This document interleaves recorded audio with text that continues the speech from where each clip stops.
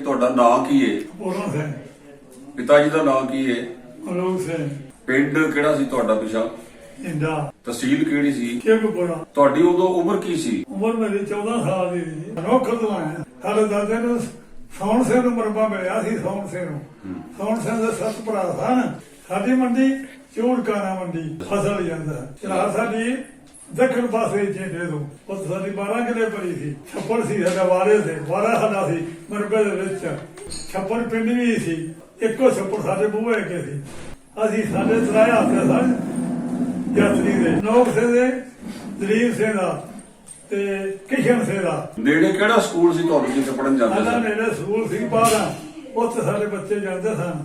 ਯਾਤਰੀ ਵੀ ਸਕੂਲ ਕੋਈ ਨਹੀਂ ਸੀ। ਕਿਹੜੀ ਕਿਹੜੀ ਕੌਮ ਸੀ? ਇੱਕ ਤੇਲੀਆਂ ਦਾ ਤੇਲੀ ਸਨ, ਇੱਕ ਜਲਾਇਆ ਸਨ, ਇੱਕ ਸਰਕਾਨ ਲੋਹਾਰ ਵਾਲੇ ਸਨ ਤੇ ਇੱਕ ਦੇਊ ਢਿੱਲੂ।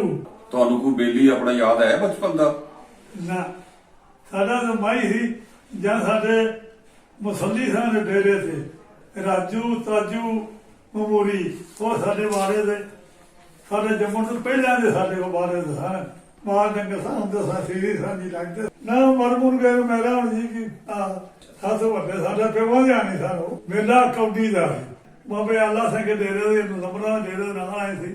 ਜਿੱਥੋਂ ਟੇਲਾਂ ਮੁੜਦੀਆਂ ਨਾ ਇੱਕ ਤੇਲ ਜਾਂਦੀ ਬਾਹਰਾਂ ਨੂੰ, ਇੱਕ ਜਿਉਣ ਸਿੰਘ ਨੂੰ ਢਿਲਵਾਂ ਨੂੰ, ਇੱਕ ਜਾਂਦੀ ਸੀ ਉਹ ਬੇਮਾਨਾ ਸੈਕਿਆਂ ਨੂੰ। ਤੁਹਾਡੇ ਪਿੰਡ ਦੇ ਨੰਬਰਦਾਰ ਯਾਦ ਜੀ ਕਿੰਨੇ ਸਨ?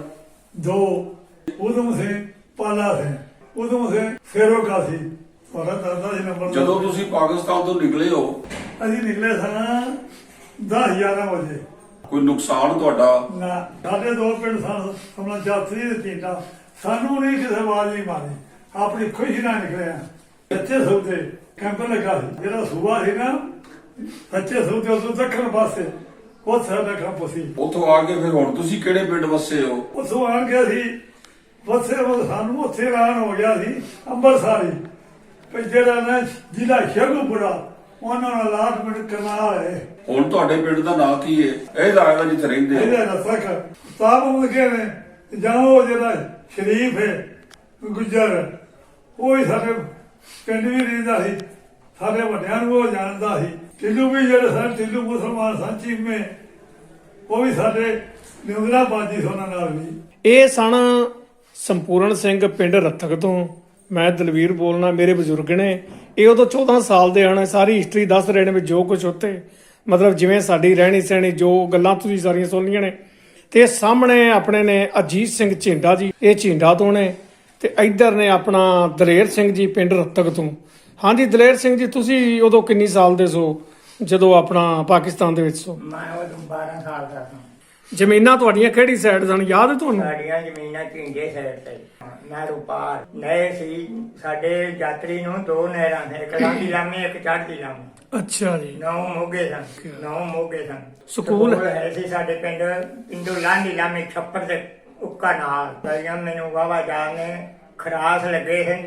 2 ਕੰਨੇ ਤੇ ਇੱਕ ਅੰਦਰ ਡਿਓੜੀ ਨੌਕਰੋਂ ਤੇ ਅਸੀਂ ਆਏ ਸਾਂ। ਵੱਡੇ ਵਡੇਰੇ ਨੌਕਰੋਂ ਆਏ ਸਨ ਤੇ ਯਾਤਰੀ ਮਨ ਵਸੇ ਸਨ। ਇਹ ਪਿੰਡ ਸਾਡੇ ਵਡੇਰਿਆਂ ਨੇ ਧੱਕੇ ਨਾਲ ਮੱਲਿਆ ਸੀ ਯਾਤਰੀ ਵਾਲਾ। ਇੱਥੇ ਬਾਹਰ ਜਿਹੜੇ ਸਨ ਸਾਡੇ ਬੁੱਢੇ ਦੇ ਖੂਹ ਪਾਟੇ ਸਨ ਤੇ ਉਹ ਬਾਹਰ ਰਾਤੀ ਪੈਂਦੇ ਸਨ ਤੇ ਪੂਰ ਜਾਂਦੇ ਸਨ। ਇਹਨਾਂ ਮਕਾਈ ਤੇ ਮੱਝੀ ਲਿਆ ਕੇ ਇੱਥੇ ਬਾਕਾਂ ਪਾਈਆਂ ਸਨ। ਇਹਨਾਂ ਆਖਿਆ ਹੁਣ ਬਾਹਰ ਆਏ ਤੇ ਜਾਂ ਮਰਾਂਗੇ ਤੇ ਜਾਂ ਮਾਰਾਂਗੇ। ਸਾਡੇ ਜ਼ਿਆਦਾ ਸਿੱਖ ਜਾਤ ਵੇਖ ਇਹ ਗੁਰਦੁਆਰੇ ਕੋਲ ਇੱਕ ਬੁੱਢਾ ਖੂਹ ਬੂਹੇ ਲੱਗੇ ਹੁੰਦਾ ਸੀ। ਮੁਸਲਮਾਨ ਸਾਡੇ ਯਾਤਰੀ ਦੇ ਹਿੱਸਾ ਨਹੀਂ ਕੋਈ ਨਾ ਵਿੱਚ ਮਾਰ ਹੁਣ ਕੋਈ ਜਲਾਏ। ਜਦੋਂ ਤੁਸੀਂ ਪਾਕਿਸਤਾਨ ਤੋਂ ਆਏ ਹੋ ਸਨ 47 ਤੋਂ, ਤੁਹਾਨੂੰ ਕੋਈ ਦਿੱਕਤ ਦੁੱਕਤ ਤੇ ਨਹੀਂ ਆਈ? ਦਿੱਕਤ ਬੜੀ ਸਾਨੂੰ ਆਈ ਹੈ ਸੱਚੇ ਸੌਦਿਆ। ਅੱਛਾ ਸੱਚੇ ਸੌਦੇ ਆਣ ਕੇ ਆਈ ਹੈ। ਅਸੀਂ ਨਿਕਲਦੇ ਨਹੀਂ ਸਾਂ। ਮੈਂਟਰੀ ਆ ਗਈ। ਅੱਛਾ ਜੀ। ਮੈਂਟਰੀ ਸਾਨੂੰ ਬੰਦੂਕਾਂ ਵਿਖਾਣ ਪਰ ਨਿਕਲੋ ਬਣੇ ਨਹੀਂ ਤੇ ਅੱਗ ਲਾ ਕੇ ਸਾੜ ਲਿਆ। ਮੁੜ ਗੱਡੀਆਂ ਤੇ ਸਮਾਨ ਡਾਟਿਆਂ ਧਰਿਆ। ਅੱਛਾ। ਡਾਟੇ ਨਾਰੇ ਪਾ ਕੇ ਸੱਚੇ ਸੌਦੇ ਲੈ ਗਏ ਸਮਾਨ। ਸੱਚੇ ਸੌਦੇ ਜਾ ਕੇ ਜਿੱਥੇ ਕਾਫਲਾ ਸੀ ਨਾ ਸਾਡਾ ਬੈਠਾ ਪਰ ਉਹ ਕਰਾਚੀ ਵੱਲੋਂ ਗੱਡੀ ਆਈ ਮੁਸਲਮਾਨਾਂ ਦੀ। ਉਹ ਸੀ ਗੱਡੀ ਮੈਂਟਰੀ ਦੀ। ਉਹਨਾਂ ਨੇ ਆਖਿਆ ਵੀ ਸਾਨੂੰ ਤੁੱਕੂ ਹੈ ਗੱਡੀ। ਉਹਨਾਂ ਕੋਲ ਫੈਲ ਖੋਲ ਦਿੱਤਾ।